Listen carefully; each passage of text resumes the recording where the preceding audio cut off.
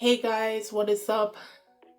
Like I promised in one of the comments in one of my videos, or was it a community post? But either way, I promised that I'll come back with Dark Gathering. Okay, it is a monthly series, so do bear with me with the ever so slow updates. Okay. And of course, Spooky Saturdays are no more a thing because Trigon Stargaze is on Saturdays. We will just have to wait till another spooky series comes out, like The Summer Hikaru Died, or another scary series that I can probably stomach comes along, and then we'll have Spooky Saturdays again. But nonetheless, this chapter 51, whoa, this one was long. This one is long, so this video might be slightly lengthy, but for the first half of it, because the second half is what I really want to get into, but the first half is basically the aftermath of what transpired from chapter 50 going back to, like, I believe 45, 44. So obviously that goat-headed looking creature was defeated in the last chapter 50, and at the temple. And then the monks who we thought got hurt in that car crash actually survived. So when they came back to the aftermath after they defeated the that go-head and Meatball, I believe his name is Akira, or just excuse me, but our son, Meatball's son, he helped greatly, and he defeated that ghost eventually at the end, because I thought it was cooked for them. How they gonna defeat? He was the only graduate they had. They didn't have no other ghosts, and Yayoi was out of commission for the most part, but luckily they pulled through. And also because of oh my god, Keiichi. No, it's Keiichi. You see, this is what happens when you're not on point. But Keitaro, his Shikigami came and protected him. So both of them were aiding both Meatball and the Shikigami. I believe I forgot the name of this one, but they both came, protected all three of them, and they won at the end of the day. Now with the monks, the head monk, big macho. He's a big macho man, right? You thinking, he's gonna be scrawny because he's living that good Buddha life and everything, trying to be holy and all that stuff. But nah, he looks like one of your gym bros. He's just older, like them really buff grandpas. That's what he looks like. And he mad tall too. That's intimidating. You peaceful, but you look like you would smack a hole in somebody's head. Like, what? The contradictions. But nonetheless, they came, and immediately they're like, we gotta interrogate you guys because you are the reason why these 4 monks have died. Of course, it does roll over into this chapter, but Keitaro was questioning, like, why are you guys questioning us and want us to follow you because you find us a threat? Because, like, one with Yayoi, she carries around a lot of entities, ghosts, curses along with her in the plush toys, whereas Keitaro, he is cursed, and also Eiko is afflicted by the same curse as well. She's just bad luck overall, someone who was afflicted by that, and so that's why they want to question them.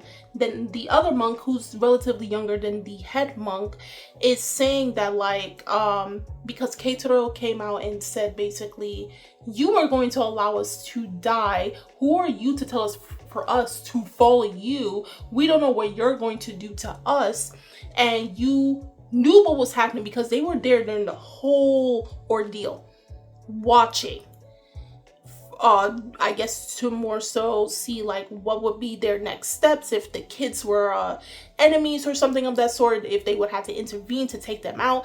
And so Keitaro, to me personally, was justified despite what the monk answered with. The monk said it's basically, to quote unquote, saying that, we had to value lives, and we had to weigh the value of the lives. Not everyone can be saved, and because of the of where you guys stand, we would have gladly used you as a decoy if it meant defeating this ghost, because you guys opened up that seal and then allowed it to be unleashed. So while these two are kind of going back at each other, we have where the head monk is telling them, actually Yayoi is telling them, come follow me, because while all of this is being discussed, she's realizing something. So she's telling the head monk, before we go back to follow you guys so you can do further interrogation on us, follow me. So all of them now head back to the temple, or the shed that Keitaro, Eiko, and Yayoi all had to hide in. So while they are there, not only that, prior to that, as we know, Yayoi has the ability of sight. And so she looks at the monk and she realized behind him that this man is not only buffed up by physical appearance, like this dude has a walking deity behind him, aka he has Buddha. He is divinely blessed. Nothing can actively really harm him unless it triggers his blessing, right? So he's legit. He's literally legit. That means in the world of Dark Gathering, not only do curses and ghosts, malevolent ghosts and all that exist, but also gods and other holy divine beings as well. So it's just like, this is something like always was questioning. Like, we have a lot of shows that more so shows of the negative effects and showing these unholy and very scary like spiritual beings, but what happens when you have people that believes in or who lives a pretty clean life to see something a little bit more peaceful, see more of like a holy deviation, a god that's, you know, more on the good moral sense side, that type of thing. And so far it's showing, yeah, in this series we do have it. Do they look a little bit menacing? Yeah, because they will wreck your stuff. Look at the Shikigami that Keitaro has. Those Shikigami is more so created for the sense of protection of the user. So it is possible. It is very possible, and I do like that, because a lot of times, again, you'll see where most series will focus on a more negative sense of these spiritual beings, and it's not often that we see very powerful, good, or like more in light spiritual beings, whether it be curses, gods, and all that stuff. Or a lot of times if they do show that, it's like they're butting head with their opposite end. But nonetheless, and then obviously we have Ice God, who is more and more like the terrible one. But nonetheless, they all go back to that shed. And so while they all go to the shed, the head monk is basically asking Yayoi, like, what is her actual goal? Because if I don't like your answer, I'm going to confiscate all of your plush toys and then you'll be in deeper trouble. So might as well humor me. So Yayoi is explaining herself, saying that, like, you know, her whole mission for doing all of this is to capture a certain ghost, and that she has no hostility or intent of harm to harm anyone of that sort. Her only aim is particularly to go after Ai's god. That's one priority, and obviously her main priority is to handle spectra of death. So with that being said, if you are to try to confiscate my ghost, it is your grade, because we do know it's not like she has low level grade ghosts or curses on her side. She has graduates, like they are literally on the same level as the ghosts that they just face off against. If not, they are strong enough, probably a little bit weaker, but strong enough that like she can throw them at Ai's god. Again, remember, she herself, who is only age 9, has said she has faced off a god prior to the current storyline, and she had to use 3 graduates to defeat it. So she knows what she's talking about despite her very young age. So as she's saying that, these two obviously are going back and forth with conversation, saying that, you know, he thinks she's a very clever, very smart girl, which Yuyoi is. And he's telling her, well, you know, I hope you can back up with what you're saying and you take responsibility for your actions if you are proven wrong for what we're about to see at the shed. So they all eventually reach the shed, and then we have the other two monks. One of them, all of them are bald, but one of them has his arm in an arm slingshot, and the other has an eye patch with a tone pole or something of that sort. And while they're there, the head monk is telling the two new monks that's coming into the picture that, like, the reason why we're bringing them here is because we need to interrogate them because they've removed the seal. This is where the monk that has his arm in like suspended in the air, with the arm cast and everything, he's like, you know, technically it wasn't really 4 that died tonight, it was 5. There was 5 deaths. Head monk is like, what? Up and appears the ghost that they saw when they went into that house and removed that seal after hearing "help me." As we do know, the monk that kind of ruined the mummification process, Kengo, I believe, that's his wife.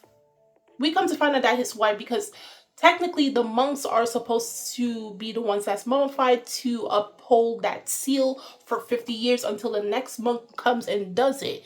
But he ended up putting his wife in that position, and hence why they were dealing with all these problems. So to get into that, they showed a book with a picture of Kengo, and they break down saying that, like, technically he in their records said that he died 10 years ago, but because of the whole, you know, mummification every 50 years and such of that sort, he as a monk who works within that temple and works with these other monks who knew that, he decided to create a decoy for himself that nobody would know, because nobody would really do investigation because they think he actually went through with the process.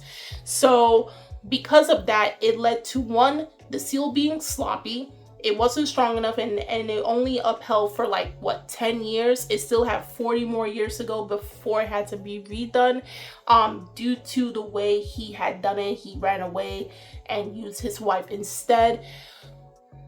You can say he's a trash husband, overall just trash person. So by doing that, we have what Yuyoi now is like, she went behind the shed. On one of the pillars, it showed a talisman, which was supposed to be a barrier to keep any entity away from the shed. When the head monk went to go check it, he realized there is no barrier. There was nothing prevented, and that's how you guys got attacked. Comes to find out that when the whole ordeal was happening and they removed the seal and then they got attacked in the basement and they managed to get out of the house, he was the first one that led them to Kengo, mind you, the monk, led them to that shed and say, stay here, don't make no noise or nothing. He knew all of this was going down, and mind you, he's a ghost. He's not alive or anything. He purposely led them there to not only be the decoys, but to die at the hands of the ghost that was unleashed, so it doesn't come after him. So he sacrificed his wife and was about to sacrifice 3 more people and run away with it. If he ain't trash, he's really trash, bro. And what makes it even worse, if you think that's really actually bad, it's like it went from bad to just what is wrong with you? You should not have been living this type of lifestyle if you was going to do this. Finding out the seal was weak, and that's how they were on. They undone it and then had to deal with the whole ordeal by themselves and everything. And they took the refuge there. And so what he did also is, by the time they all had to go investigate the house, the other monks, when they went into that same shed place, they saw a how you say, a treasure, not treasure chest. What's that called? What's that? Like a lock-in box. They opened it. When they opened it, they saw a license that was renewed recently, aka within the past 5 to 10 years. So it's not an old license. And then they saw a bunch of bank cards. They saw credit cards, debit cards, all in that lockbox. Mind you, the temple was taking money and pocketing the money for themselves instead of focusing on upkeeping the seal, doing monk duties, and ensuring that when they do the seal and they go through the process of mummification, it is done properly. So the funds that were supposed to upkeep the temple, they were pocketed in their pockets. They were putting it in their pockets and then acting like nothing was going wrong. I told you, this guy is trash. It's not only him, but the other 4 monks that died, that were taken out, were in on it as well. And this is karma coming back right around, because you shouldn't have been playing in the house of Buddha. You shouldn't have, okay? Then that's where they all go back to the room that all the other monks died in, and they decide to go pray in there. And while they're in there, they manage to summon the wife, and she explains her story. So she was technically dying of stomach cancer, but mind you, she was very much in love with her husband, because her husband always treated her right. He always cared about her. But the minute she had stomach cancer, this is where everything just went down the drain for her. So she goes saying that because he was scared of his future mummification, right, after she was diagnosed with stomach cancer, obviously her body was physically getting weaker and weaker as days go by. So not only that, she was getting thinner as days went by. And at first he was feeding her regularly, okay? Then eventually he started giving her fewer meals as days went by. Fewer and fewer meals, to the point that he stopped feeding her overall. And mind you, that is the process for a monk to go through in order to go through the mummification process. They had to be starved. They started, regularly how they used to eat. Then they started getting lesser meals, to the point that eventually they stopped giving them meals and they starved them to death. He literally starved his wife to death. And then when she was on her deathbed, by the time she came to realization of what happened, she realized that she was, not really buried, but she was dressed up in the monk ceremonial clothing, locked up in that basement where she's at. And then she had so much mixed feelings. She had still feelings of tenderness towards her husband, but also rage and obviously betrayal. So all of that led to creating that thing that we saw. And that's why the seal wasn't properly fixed, because obviously, since all the monks were trying to take the money for themselves, instead of properly maintaining that seal, it led to the events what's currently happening right now. So after explaining herself and getting all of that off of her chest, mind, she is a ghost, so she already passed by, but this was a way to vindicate her feelings and for her to at least release all the regrets she had in her passing. So eventually her ghost does fade away, and now she has left the mortal world without any lingering regrets, aka her husband and the whole temple.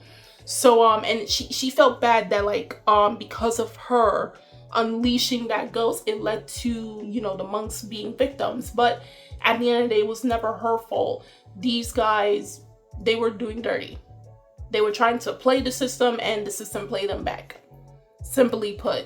So the monks overall said they were going to have a funeral for them, but at the same time, for those who deceased, but at the same time, they believed that they got what they deserve, and which I agree with, because it's just like, you guys had a job to do, and instead of doing your job, you try to play in our faces. And not only that, you put other people's lives in danger, and that we nearly accuse these kids of something that you failed to upkeep due to our traditions. And it led to an innocent bystander, aka the wife of one of Kengo, to perish because of his greed. And it was unfair. So they are not going to get the most blessings when it comes to their funerals or anything of this sort. In other words, they're just like, oh well, you got what you deserve, this is your karma, die with it, I guess you can say, of that sort. So eventually it comes to a point where the head monk does apologize to Yayoi. He knows that she's very special and she's extremely skilled, and she's tenacious, she is strong-willed. And seeing that, he just like, I believe, what's her name again? I forgot that granny, who is also like a medium that tried to recruit Yayoi back in season 1, that she did ask help for. And remember, her twin was body snatched as well, because she is a twin. He asked her to join him, but she's like, I have to recruit. I was already recruited once.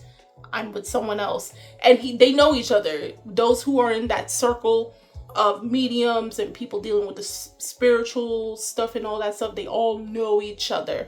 Mind you, we even have like where the head monk is just like, if any time you really need help, he gave her talismans that has the ability to make people leave an area. So this, I will say, is foreshadowing for future events that's going to happen in later chapters, of course, because obviously they're in Kyoto, and we know the reason why they're in Kyoto: to save Ai.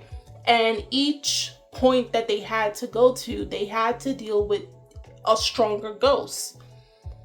This battle that's going to happen with Ai's god is going to require them to air out the middle of Kyoto with all the residents to make sure they don't come anywhere within that radius, and those talismans will come plenty in handy for that. And he even told Yayoi that, saying that if you ever run out, come back and ask me for more. He doesn't know the details to exactly what her plan is, but he has a grasp that like whatever she's plotting by gathering all these ghosts has to be massive. Hence why he gave her the talisman. Now this is the part where I want to get into. So obviously preparing the funerals and everything, and they leave. They asked if they wanted to stay over by where the temple sat. They're like, no, we got a hotel, and they drive off. Now this is where probably I would say this is where the true beginning of the Kyoto Arc begins. So now we have where they take our meatball son, place him at one of the points, because now they have officially declared all of Kyoto covered. So remember, they started off with Adam, that ghost that like, come here, boy. Come here. I want you. I am in love with you. That creeped me out. And then they had the Kubizuka Daimojin. I believe that was that one was the one with the red dress that, you know, Eiko was wearing. Then they had the T-Tunnel. That's where we saw the Shikigami in action. That was after they went to one of the temples, after getting that book. I think that book, the book that Yayoi has, is going to come into play very soon, actually. Simply because she read it, it allowed her to read it. So I think it's going to come into play pretty quickly. Then the F Park with the granny. That was something else. Okay. And then finally Route 1, which they just finished up. So they covered all the 5 marks of Kyoto that they need.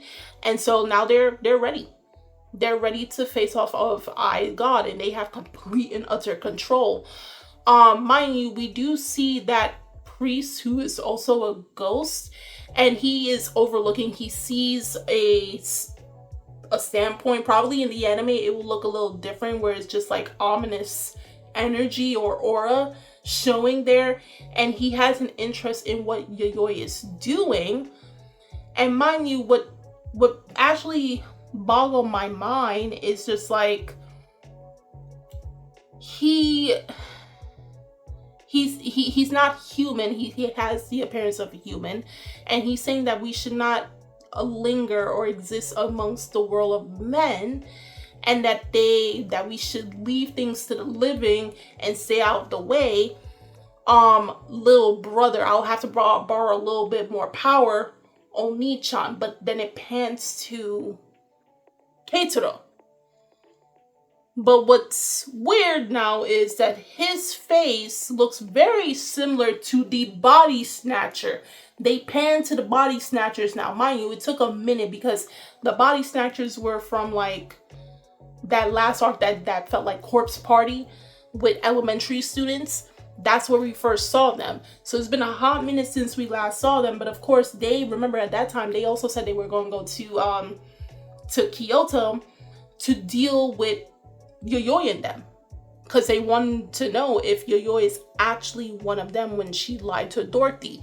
Her name is very easy to remember, but her body was also snatched. So why they also, I mean, aside from Yayoi, their reasons of being in Kyoto, either they explained it in the anime, and it's been a hot minute since I last saw the anime and I forgot, or their reasons weren't truly explained as of yet. But like I said, that priest looking ghost looks very similar to the body snatcher. So I don't know if those two are actually brothers, and the one that was body snatched, he's probably wants to rescue him, or he's probably going to reach out to Keitaro, because again, it panned to Keitaro because Keitaro realized something. He felt a presence. So I don't know if he's going to ask Keitaro to save his brother or something of that sort. But that's just my predictions of what could possibly, because they do look very similar. Then again, the ghost priest looking guy, he didn't show in the anime. Do know that like it was a few months ago, about I believe October, they announced that like Dark Gathering is getting a season 2. When is it coming out? I'm not too sure, but more likely we're gonna see it more when the anime does come out, so it'll make a little bit more sense. But nonetheless, again, they pan back to the now the body snatchers, and they're wondering like, hey, we need to go get that right arm, which goes back to when they were dealing with H Castle, and they used that to put in place to curse that area. But Yayoi, if I remember correctly, she tricked them and managed to get the right arm of this particular ghost. So okay, yeah, so they were trying to track that down. And again, that does lead to Yayoi, who Dorothy believes is one of them. So they are going to Kyoto because they have the left arm, I believe. So they're trying to track to get the right arm for summoning something, I don't know. But they did talk about Eyes God, and they realized the one with the suit on is saying that we should probably try to tackle him on. And then the one that looks like a mummy is just like, it's best if we don't try, because he's way out of our league. They did talk about Spectra of Death and saying that like it is getting stronger, but it's not quite there yet. And so that is also, I don't know if they are the ones that created Spectra of Death, if they're the ones that created that entity, and now they're just waiting for it to come to maturity.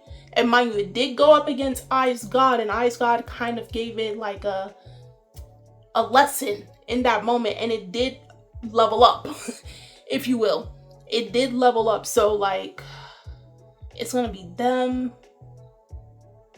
Body Snatchers, Spectra Death, and Eyes God all in Kyoto, bro. Like, oh my god. Oh, do you not understand how insane that is? All 3 of them is gonna be up in there along with Yayoi and the others. Oh my god, I don't know how that's going to pan out. I honestly don't. I honestly don't know how that's going to pan out. because they're gonna immediately find out that Yayoi is a fake. But it also makes me wonder if the monks are gonna come into play. What's his name? The one that was trying to figure out to open up the book. If he... It's a lot. Now I think about, like, because everything is coming together, but it's just like, I don't know how that's going to play out. Of course, I'm not up to date with the latest chapter, so no spoilers. I believe the latest chapter 76 or 77 dropped this month, so it's going to take a minute before I can reach it. But yeah, what comes like, oh my god, this chapter, it was pretty lengthy, I'll say that. But they were talking about Ice God, and I know you guys said before Ice God is ridiculously strong, but it was more so, really, it was made clear within this chapter how the body snatchers were talking about Ice God, and how they know that, like, even with all of them combined, they have nothing that can compete or withstand that particular god, and that they're not looking to pick a fight with him. And so they're saying that he has been existing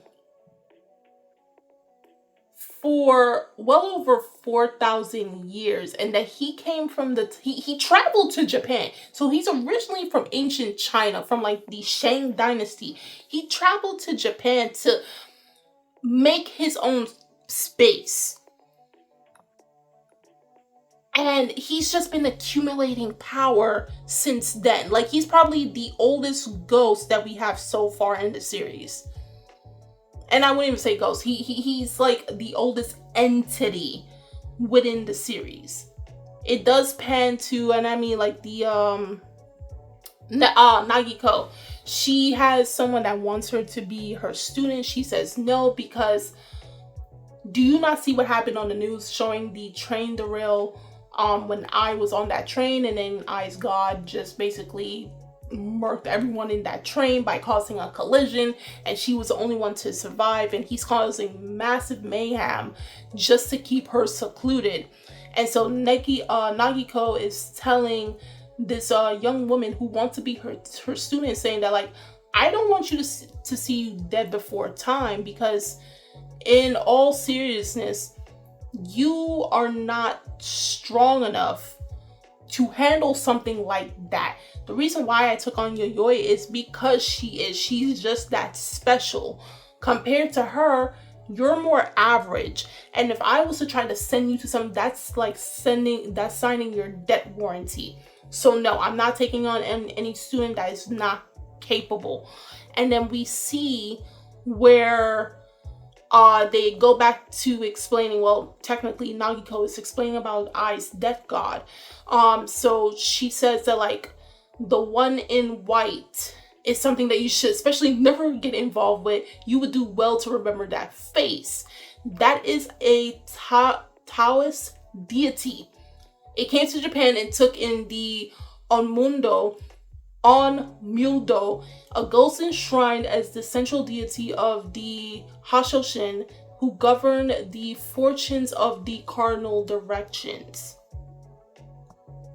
And then this is where the head monk, he also explains, because now we see she has the stars in her eyes. They go actually in depth of what the stars actually mean, what they signify, something we didn't get from previous chapters or episodes. So he basically explained this is now going into sounding like, you know, astrology, if you will, with the planet of Jupiter. So if you know, in astrology and horoscopes, Jupiter means it's a planet of expansion. So the head monk is saying that a mirror image of Jupiter established in an ancient astronomical almanac, the planet of the underworld, I guess, you know, also the underworld, that divine being, Jupiter circles the sky every 12 years, representing the supreme deity who rules the heavens. Its mirror is the ruler of this earth, a star symbolizing the emperor. As the star's rulers, it is feared that any harm done to it will cause a calamity.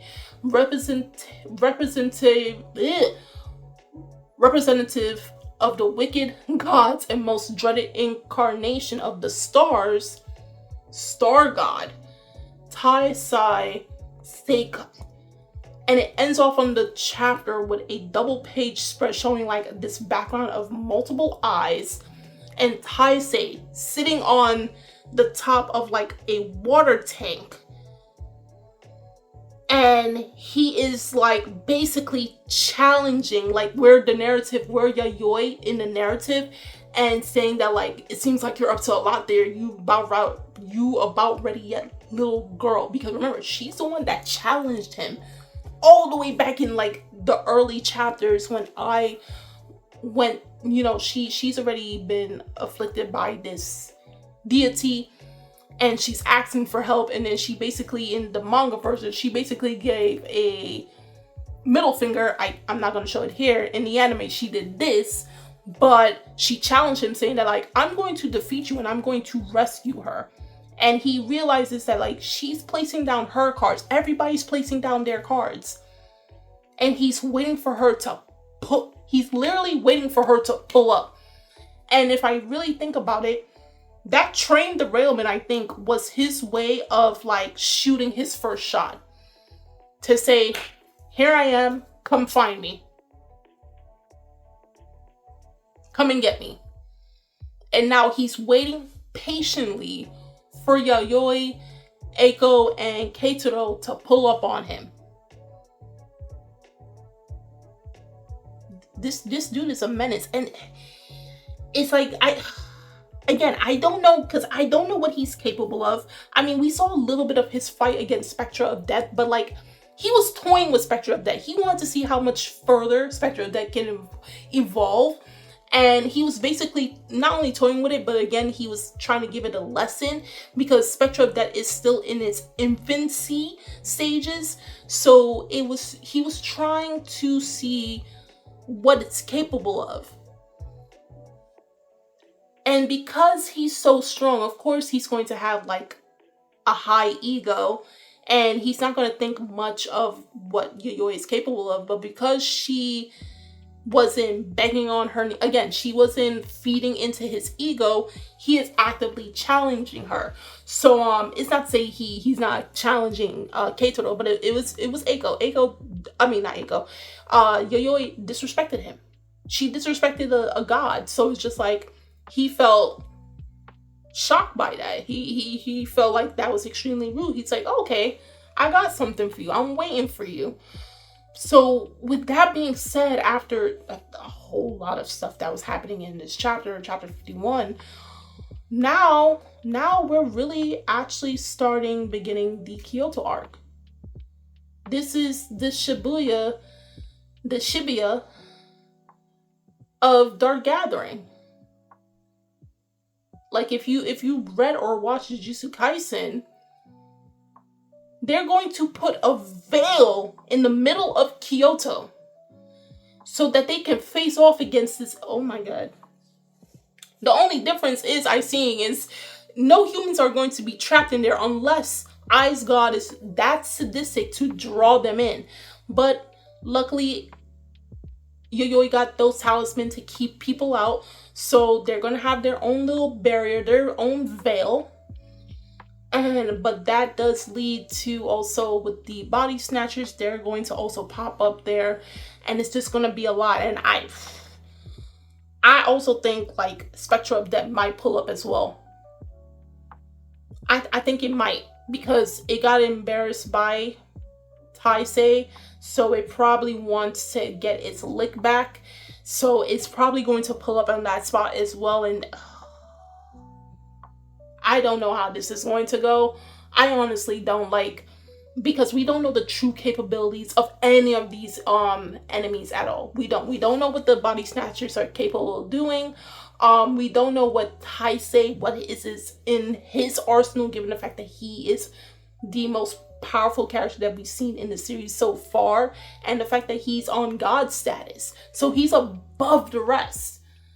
And this may make Yayoi have to use, as she stated before, 6 graduates to deal with him because of how powerful he is. And then obviously Spectre of Death, the one who snatched her mother's soul when they passed away in a car crash 2 years prior to the storyline. So I mean, it evolved and it got a little stronger, but I don't know how this is going to go. I don't know how this arc is going to, because everything we saw prior was a prelude. This is now Kyoto's arc. How it's going to go down, don't ask me. Don't ask me. I usually I can make predictions of stuff, but generally this,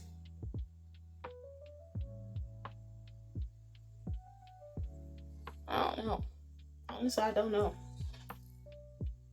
Like, I'm trying so hard to think of like how this can go about, and there's nothing that's coming to mind. Even when I'm about to end this video, nothing is going to come to mind because I honestly don't know how this is going to play out. I don't know. I feel like it's going to be a battle royale amongst all four, or it's literally just going to be Yayoi, Eiko, and Keitaro versus Ai's God, and if he can be defeated. But nonetheless, if you guys already read chapter 1, if you already read chapter 51 of Dark Gathering, do tell me how you felt about this chapter. If there's something I missed, do tell me in the comment section below. If you read past chapter 51, of course, no spoilers whatsoever. I'm eventually going to catch up. It's just going to take a minute, you know, given the fact that this is a monthly series. So once or twice a month, I'm going to be dropping a Dark Gathering video. So I don't catch up too soon. Okay, the links are in the description box, so you guys go check it out. And I'm Kimmy-chan. I'll see you guys later. Bye.